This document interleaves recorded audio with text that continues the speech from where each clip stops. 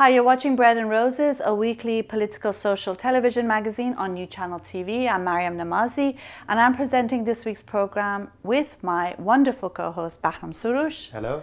And Fariborz Pooya. Hello. In this week's program, we are going to be discussing the Israeli offensive on Gaza. Social media has gone mad discussing this issue. The US just recently issued a statement saying that it seems that the civilian casualties are a little too high. Outrageous to think that any civilian casualty should be acceptable. There are so many dead, so many wounded. And I find most annoying is the fact that people seem to side with either the Israeli state or with Hamas, whereas there are all these people, both in Palestine and Israel, who are the victims of the warmongering on both sides. Let's go and listen to a background clip on this issue, and then we'll be back to discuss the matter. We've also got a really interesting interview with a women's rights campaigner from Israel. And we, of course, also have the insane Fatwa of the week. So stay with us until the end of the program. Since July 8th, the Israeli military has killed nearly 1,400 Palestinians in Gaza, a majority of whom have been civilians. 8,000 have been wounded. 3 Israeli civilians have also been killed, along with 56 Israeli soldiers during this time. At least 15 women and children were killed when the Israeli state hit a UN-run school, and another 19 when it hit a crowded market on 30th of July. In the words of the wonderful Gaza Youth's Manifesto for Change, fuck Hamas, fuck Israel, fuck Fatah, fuck the UN, fuck UNRWA, and fuck the USA. You know, on this issue, The Guardian, which is a paper I really despise very often because of its love affair with the Islamists, but I think it had a headline which is really true to this issue, and it was it basically just said that the world has been disgraced. And I really think when you look at the civilian casualties in Gaza, it is heart-wrenching, and it could, in a sense, it could be, a lot of those children could be any of our own children. How can you, in a very crowded and densely populated area, you undertake bombardment of any kind, but the aerial bombardment or bombardment by, how could any state justify this? And I think this is one of the most criminal things that any state could justify under any circumstances. You're bound to sort of, no matter what you do, you're going to kill a lot of people. Nothing justifies this, and I think everybody needs to condemn this, and the war needs to stop immediately. There's two sides to this war. On the other side, Hamas does not want this to end. They want this to continue because that justifies the existence. The Islamic regime of Iran actually backs it and said, do not stop, carry on, carry on. I think, Israeli right-wing state, Hamas, they fit each other. Actually, they feed from each other, and in between you have the casualty of the civilians in Gaza, the biggest prison camp in Middle East, and on the other hand, citizens of Israel and the progressive movement on the attacking Israel as well because of this war. And there's no justification in by claiming that Hamas, which I despise, and we can talk about that, that Hamas has installed and stationed its rocket launchers in schools. It may have, it may not have, it doesn't matter. The thing is, if you are attacking an area which you are almost certain that civilians will be the main victims, then you're committing a war crime. You can't say it because my enemy had put the rocket launchers there. Oh, okay, if they have put it, you have to find another way of targeting the enemy soldiers or whatever. So that justification is as outrageous as the bombing and the carnage that is going on, and which the Israeli state is certain that the majority of the people killed and wounded and displaced will be the ordinary people. And I absolutely agree with Fariborz that Hamas and the Israeli state are feeding off each other, because Hamas has repeatedly refused to a ceasefire. And the Iranian state as well, the Khamenei, has said that you should not accept by any means any ceasefire. So the people have been caught in between. and both of them want the carnage to continue. I mean, you often hear the issue of proportionality in this matter, and the reality is that Hamas would have killed as many, if not more, if it could. Israel's defense systems are a lot better.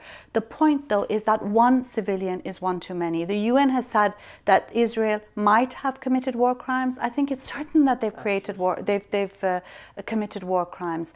You know, and what just angers me the most is watching how there are people who either defend and legitimize the Israeli state by saying, well, Hamas has put its rockets there, and those who defend Hamas by saying, well, Gaza is under occupation. I think what we really need to do is stop sharing in the collective blame of Hamas and the Israeli state and start actually seeing people, Absolutely. real people on the ground. I think it's important because the voice of both civilians and citizens of Israel, you can't hear that. You can't hear the peace movement. You can't hear people actually against the war, people who are for two-state solution. On the other hand, you can't hear the voice of the civilians because constantly Hamas, represents itself as the voice of the Palestinian people, which they're not actually. They don't represent anything in. And it's important that the civilization and civilized world, air the views of these people. But the first thing is that immediate end to the carnage that is going on. It must stop. That's the demand of a civilization. Nothing can justify a continuation of this war, even for a minute, and it must stop now. I think that's very important. And both the Israeli state and Hamas are committing war crimes. Israel by continuing the bombardments and indiscriminate killing of the people, and Hamas by refusing to a ceasefire. So, and I also heard that even people who were trying to flee the borders, and Hamas guards were chasing them and ordering them to come back to get to their places, because they have said that they want this to turn into a political victory for them. At what price? They don't care. So both are war criminals, and it's important to know that this is not a war between the people of Israel and the people of Palestine. And these people, they don't. The Israeli state doesn't represent the Israeli people. Hamas is not the resistant, as some on the left try to say Hamas is the resistant. No, they're part of this war. They want the war to carry on, to continue. So both should be condemned categorically. I think very often, this whole idea of, that this is, that both these warmongering terrorists, Israeli state terrorism and Hamas's terrorism, represents the people, is this sort of idea that the ruling class represents the population at large. And in a sense, it's sort of like, seeing it this way is like saying, well, then the 7/7 bombers, let's say if they were angry at the Iraq war, are justified in attacking an underground station because everybody is collectively to blame for what a government does. And what it doesn't see is all that resistance that's taking place. I was reading an article in which, at a funeral, where one of the women there had 10 of her family members killed by Hamas, and another who was cursing both the Israeli state and Hamas. The people are not, a homogeneous group. There's so many people who are opposed to this, and they're fed up. I mean, imagine living in that situation. You would want it to stop, unless you're a mercenary of Hamas or the Israeli state. You want it to stop. No, absolutely. Imagine for a moment that you live in Gaza. You actually don't want to be bombarded. You want to get away, physically want to get away. Hamas does not allow this. Hamas wants people to actually, people in Gaza to be killed so it could justify its existence. On the other hand, there's been, Gaza has been sealed off by the Israeli state, and the people cannot get away. For many years, both in terms of sanction, in terms of travel, people are not traveling. This is the biggest prison in Middle East, and I think the world needs to react immediately and needs to be outraged. And I think the Gaza youth actually, as we saw in that clip, really summed it up beautifully, and said that, fuck all these sides who don't represent us. It's a political game and maneuvering amongst themselves, conflict amongst themselves, and people are just the victims. And I think that's the position that the people should take. Otherwise, this will continue forever. And I think, can I just say, there is one solution. It's non-religious and secular states, both in Israel and in Palestine. These are bear in mind, be very clear, both sides are religious governments. You have on the one hand, you have the Jewish sort of government, which draws its legitimacy from religion, and on the other side, you have the Islamist Hamas, which draws its legitimacy from religion. I think that it is very clear there is one solution actually on both sides. You know, we should have non-religious government. We'll have a better Middle East, I think. Let's now go and listen to an interview with Nira Yuval Davis. She is a founding member of Women Against Fundamentalisms and also a founding member of the International Research Network on Women in Militarized Conflict Zones. And then we'll be back to further discuss this issue. Don't go away.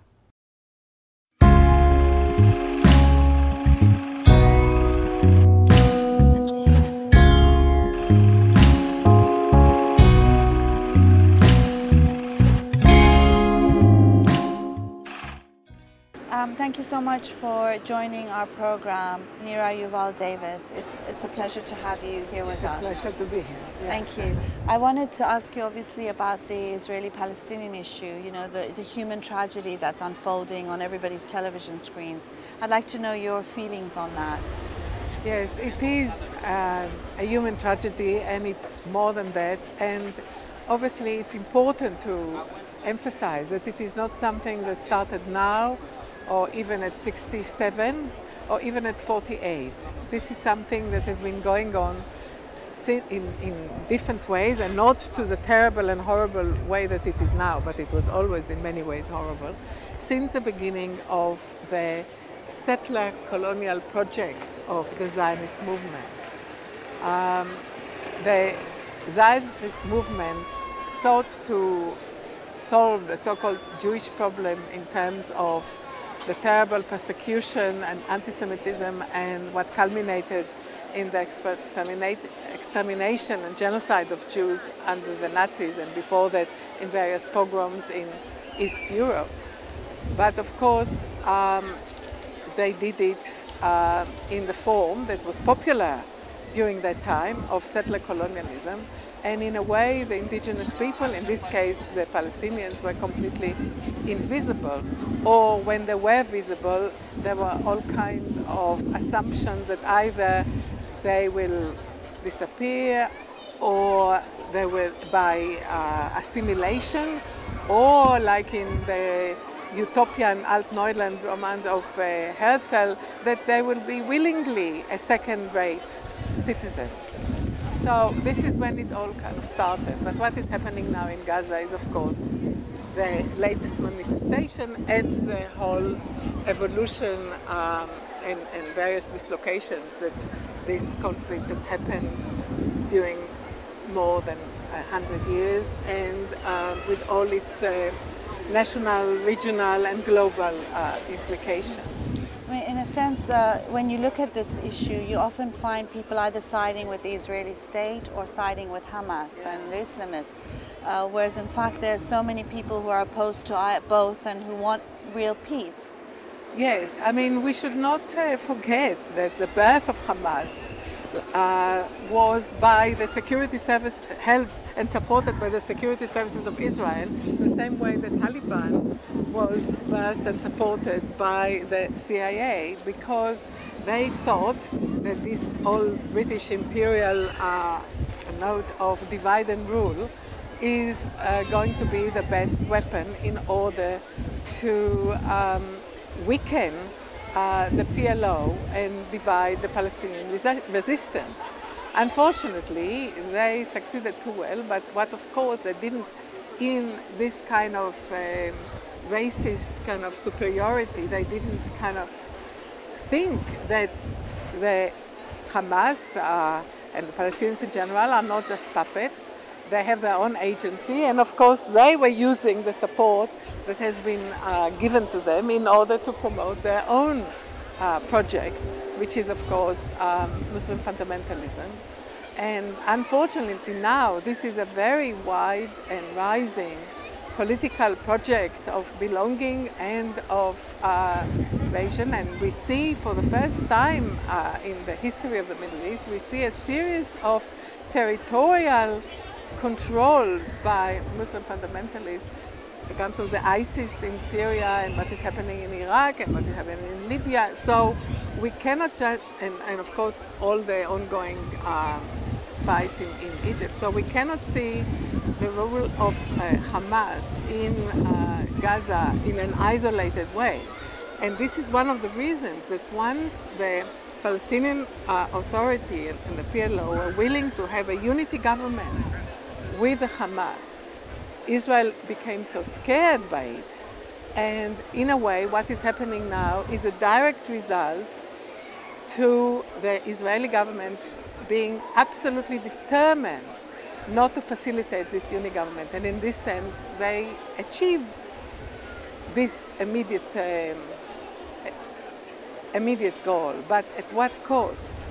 The other goal that they have in order to end Palestinian resistance, especially in Gaza, which has complete blockade, and especially now when the military junta in Egypt cooperates so closely with Israel, so they don't have any outlets also on the Egyptian side, as well as the Israeli side, as well as the sea, then in a way they have almost nothing to lose, except that of course those that they are very willing to sacrifice the women and children and people. But on the other hand, people will not resist them because there is no alternative. Unless Israel and the world, by pressurizing Israel, would allow space for alternatives to emerge, that they are not going to exist. I mean, sometimes when you look at the situation, you get the sense that neither Israeli government nor Hamas want peace. They don't want a solution because they sort of seem to be feeding off and using this situation as a legitimization for their own yes, but I mean, the thing is though, when people said peace, and in Israel I grew up this kind of notion of peace, I mean, each side wants peace on condition that nothing else will change. And definitely Israel wants peace when all its privileged position to remain, and the Palestinians would maybe agree peace when they dominate, you know, and the whole kind of settler project would disappear. But you cannot solve one calamity by creating another, in the same way that you couldn't solve the persecution of Jews by the establishment of a Zionist settler colonial project. You cannot solve. I mean, there is a reality of a people already for more than 100 years that they have no other homeland and they belong to that country. In the same way that another settler colonial project in the United States, in Australia, in Canada, in South Africa, the people are there. But unfortunately, unlike in South Africa, there haven't been an emergence of a counter-ideology in which both the indigenous people and the settlers who want coexistence, who want peace, who want, but on equal terms, to develop. There have been beginnings some years ago, but of course at the moment people don't see the space. I mean, one of the differences that one can see is that in 1982, when Israel invaded Beirut, there was a mass demonstration of more than 40,000 Israelis, most of them still saw themselves as Zionists, who protested against the war. Now there are several hundreds and they are beaten up. I mean, the extreme right in Israel is now in a mode of terrible celebratory racialization that they've never been before. People are, I saw, dancing death to the Arabs, celebrating. The children were killed in school and beating up people in the street, and if they refuse to, if they're Arabs and if they're Jews and refuse to say death to the Arabs, they beat them as well, and they call them that they are not human beings. So this is a fascization in a way that is unprecedented in the history of Israel. Although the racialized Zionist ideology has been there from the beginning, it has never ever been so horrific, and this is what's so frightening. And of course, the response to it from the other side is not going to see sudden enlightenment and humanism and tolerance. Everything is just going to reinforce each other, and this is really bleak. I mean, it's bleak. And do you see any hope for the sort of you know, Well, the resistance? I think that politics of hope is very important in order for not all of us not to kind of just completely despair and give up. And in this sense, Gramsci, pessimism of the mind, optimism of the soul is very important. And there are youngsters as well as older people who see the paradoxes, the horrible catch-22 situations, and they do want the way out. But emotions are not enough.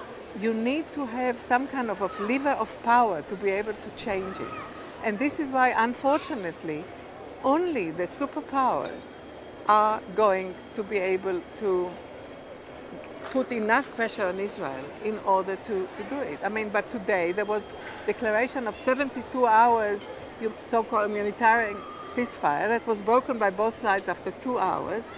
They were supposed to all meet in Egypt. I mean, very interestingly also, in this recent rounds, the interest of the Gulf regimes of Qatar and Saudi and as well as Turkey, I mean, the regional kind of power and oil economies and so on are very much also much more focused. A gas has been discovered in the Mediterranean between near Israel, Gaza and Cyprus. So this is another neoliberal kind of pressure to focus around the issue of Gaza. So it doesn't look very... What do you think the solution is to the situation? Well, I mean, when you say solution, there is a well, I mean, how can we get solution, a two-state ideological solution. I mean, how can we get a two-state solution? I don't think that most of those who preach two-state solution see the conflict between Israel and Palestine as a border solution. And in a way, in Gaza now, after the Israeli settlements were dismantled by the withdrawal under Sharon because they didn't want to continue a direct rule over Gaza because it is such a horrible mess for them.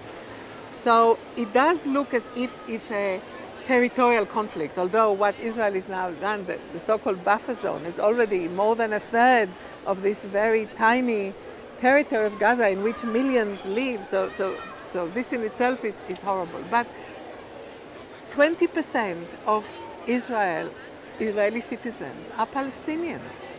And there are so many settlers since '67. So this is, you know, how many years? It's almost 50 years. So you cannot solve it by two states unless you are going to generate a tremendous exchange of population and so on. And of course, a tremendous exchange of population have taken place in '48 by the creation of the Palestinian refugee problem. But in a way, in the so-called Oslo peace process, the refugees were kept completely out of the picture.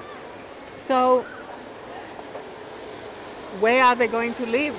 Most of the people had loyalty and belonging to their own village, to their own or region. So the whole notion of Palestine, I mean, Israel doesn't have borders in the kind of conventional kind of terms, and Palestine doesn't have borders also in this kind of way. So probably, eventually, like in South Africa, like in other settler societies, people will have to learn to live with each other, but at the same time, or create some kind of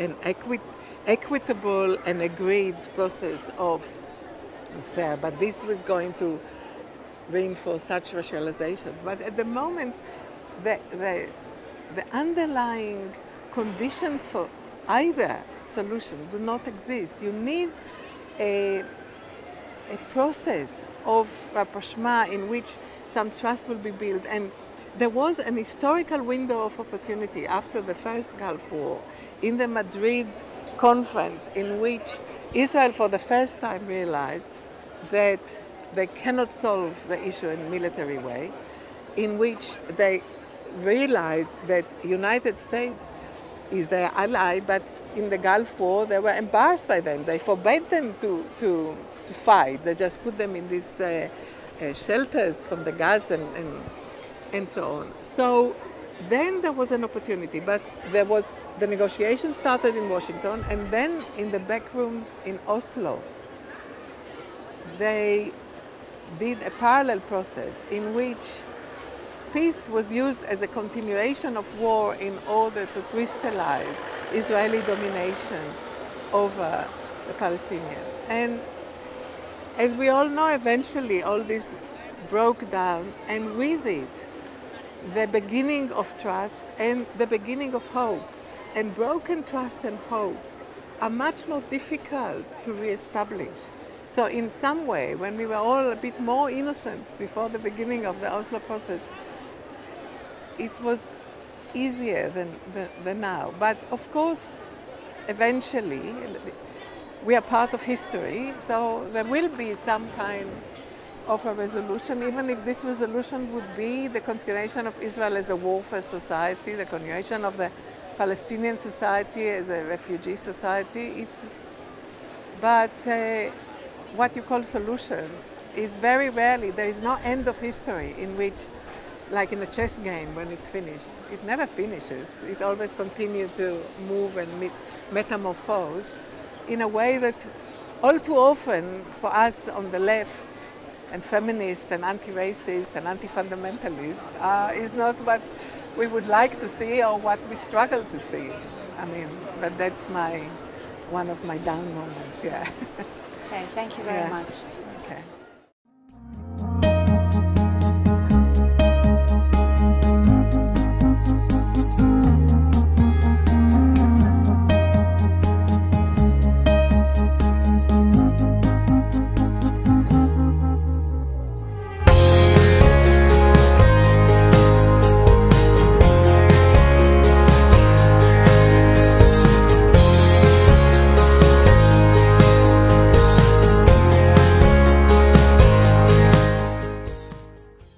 You know, when you look at this issue, for me, I mean, very often, I can't even tell the difference between an Israeli and a Palestinian, really. I mean, between a lot of people living in the region.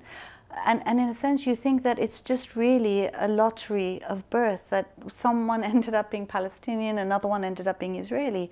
And in a sense, you know, if it wasn't for this sort of, you know, this sort of animosity that the government is creating, the governments and Hamas are, that people could so easily live in peace. And you are seeing, even though there is an attempt to make it seem that the public are behind the Israeli state or Hamas, you do see so many acts of resistance and opposition. The Gaza youth is one example. You see on social media, you're seeing Israelis and Palestinians kissing, saying that they'll never be enemies, they refuse to be enemies.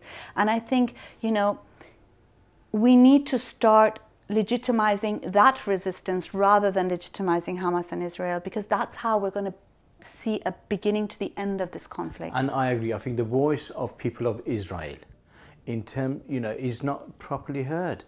We hear the Israeli government, we hear the right-wing Likud government, we hear the most reactionary elements from Israeli society pretend to represent Israeli population and Israeli citizens. They don't represent people of Israel, despite the fact that there's a lot of engineering, public opinion engineering in Israel to make sure that the right-wing constantly, and the system is being built so right-wing coalitions get into power. On the other hand, it's very clearly laid out that in Gaza, Hamas is only in power by brute force, and I think that's very, very important, that Hamas does not represent the civilians that exist in Gaza. They actually took over by murdering a lot of the opposition, so they don't represent nobody. It's important that people like us represent both the Israeli civilians as well as people of Gaza. And I think oftentimes Israel is portrayed as a victim here. The Israeli state is portrayed as a victim very often, and that it has to defend, it has to massacre all these people because it has no choice but to defend itself. Obviously, the people of Israel have a right to their own state, but so do the Palestinians. And in a sense, I think one of the key things is the fact that they do, we've raised this in this program, but one that we hear less about is that they both the Israeli state and Hamas have a real interest in keeping, and also many of the regional powers, in keeping this conflict alive. Yeah. That's the problem with the Israeli-Palestinian issue. There's a very simple solution to it, the recognition of the Palestinian people's right to a state of their own, to statehood. But what is stopping it is that a lot of political forces, religious forces, are capitalizing on it for their own ends. The right in Israel, the right and within the Israeli state as well, they do not want the Palestinian issue to go away. They want it to stay there, and they use these arguments about defense and all that. Actually, they welcome a force like Hamas, and there was this situation, and I think it's actually a fact. They supported the Hamas financially, sponsored it at the beginning because they wanted to have this sort of reason for continuing. And on the other hand, you've got Islamic forces like the Iranian regime, you've got the Hezbollah in Lebanon, and the Hamas itself, who have nothing to do with the Palestinian issue, but are using this issue for their own ends. And this is extremely important to distinguish between that. This is not the Palestinian issue. The Palestinian issue has been hijacked by all these reactionary forces. And it is time now to bring it out and to say that you guys, you have nothing to do with the suffering of the Palestinian people, and there's no animosity with the people of Israel and with the people of, and between these and the Palestinian people. And there is a very viable, practical solution to the whole situation, were it not for all these reactionary actors. Absolutely. And can I just add, the in between all this, absolutely, the in between, do not forget, there is both right-wing groups in Israel who actually want this to continue, and the anti-Semitism that exists in Middle East, and actually capitalizing on this.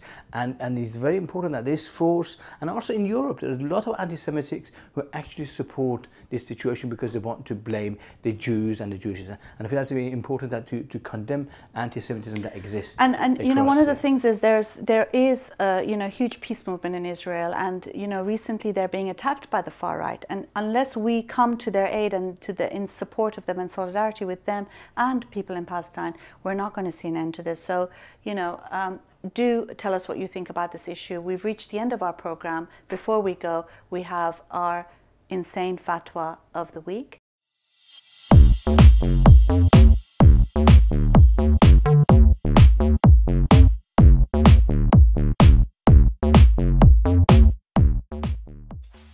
And this week's fatwa is Turkey's Deputy Prime Minister. It's not really a fatwa, but it is, because he's one of the co-founders of the ruling Islamist Justice and Development Party, and he said that a man should be moral. Are you guys moral? But women should be moral as well. They should know what is decent and what is not decent, and we shouldn't laugh out loudly in front of the world, and should preserve our decency at all times. Sorry, so, and I think the great thing is Turkish women have already been giving him a good response by laughing out really loud. Anyway, sorry, fake laughter. Anyway, we've reached the end of our program. We hope you've enjoyed it. Watch us next week. Send us your comments. We hope you have a wonderful week. Until then, see you next week. Bye.